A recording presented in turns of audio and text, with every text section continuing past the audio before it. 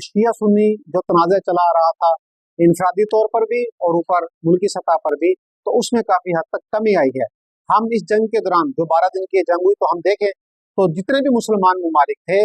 वो या तो खुलकर ईरान का साथ दे रहे थे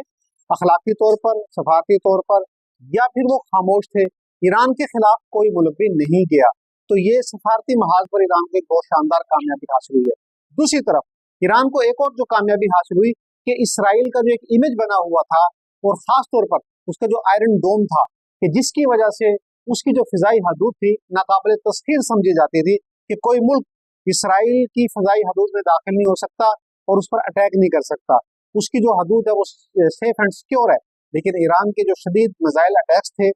और ड्रोन हमले थे, उन्होंने इसराइल के अंदर जाकर पेनिट्रेट किया और हमले किए, और जो उनके टारगेट्स थे वो उन टारगेट तक भी पहुंचे। तल अवीव जो उसका कैपिटल है, तो उसके बहुत से अहम